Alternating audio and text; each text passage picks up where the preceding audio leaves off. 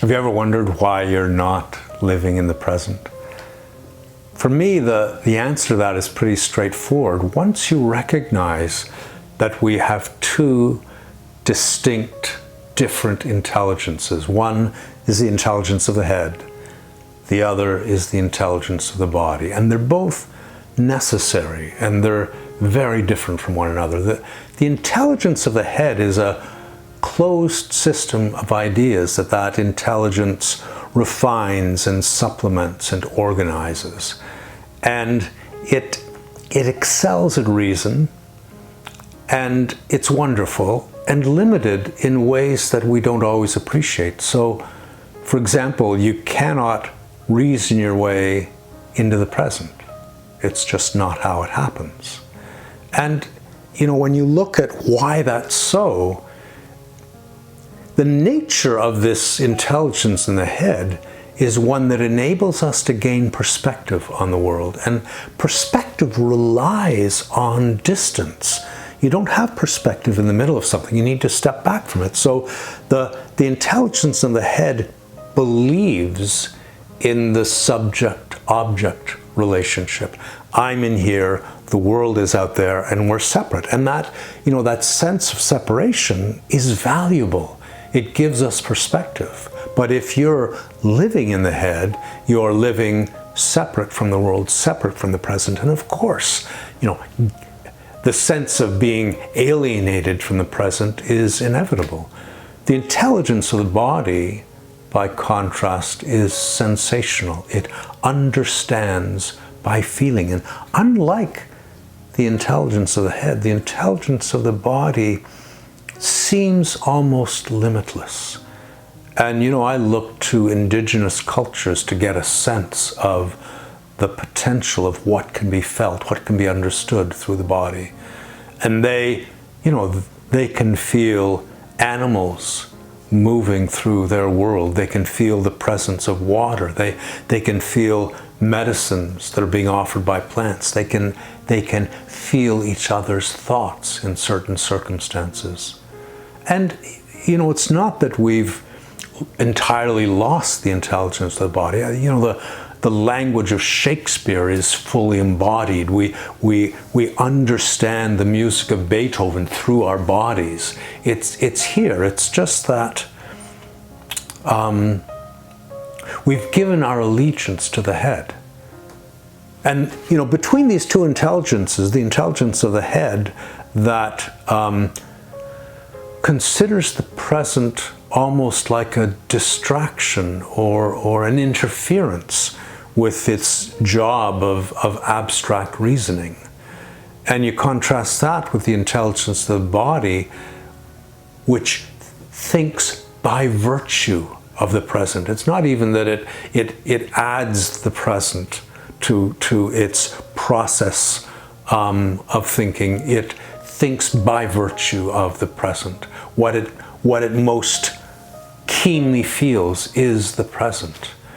And what's happened in our culture is we have given our allegiance to the intelligence of the head and dismissed the intelligence of the body.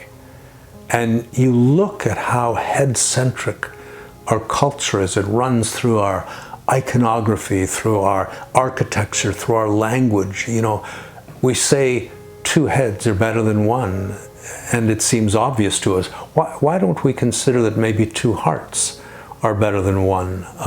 We live in an economic system of capitalism. What does capitalism mean? The word comes from the Latin word for head. Capitalism literally means headism. The capitalist economy is one that gratifies the values of the head. We talk about the CEOs running the company. Chief Executive Officer, chief is a Latin word, comes from a Latin word for head. Every leader of every organization in our culture is the head of that organization.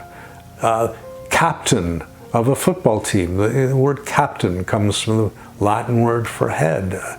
You do a head count and you see how many people are present. You do a body count, you're seeing how many dead people there are. And this allegiance to the head is at the same time a dismissal of the body's intelligence, which is what grounds us in the present. And the body processes over 1 billion times more information than we can be consciously aware of. So we dismiss it at our peril.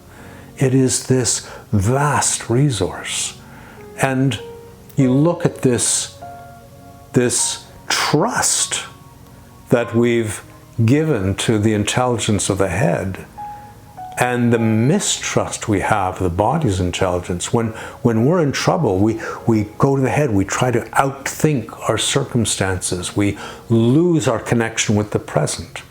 And so once you understand that our culture has encouraged us to live in the head, and when you're living in the head, you're living in a model of the world, you're living in an organized series of duplicates of the world. You're not living, feeling, informed by the present. Then the question is, how do you counter that? How do you come to rest in the body, come to rest on the earth, come to rest in the present? And it really helps to understand the cultural tide that pulls us into the head. But to come back to the body, you underestimate what that takes at your peril. It's a huge thing to give your allegiance to an intelligence that doesn't rely on language.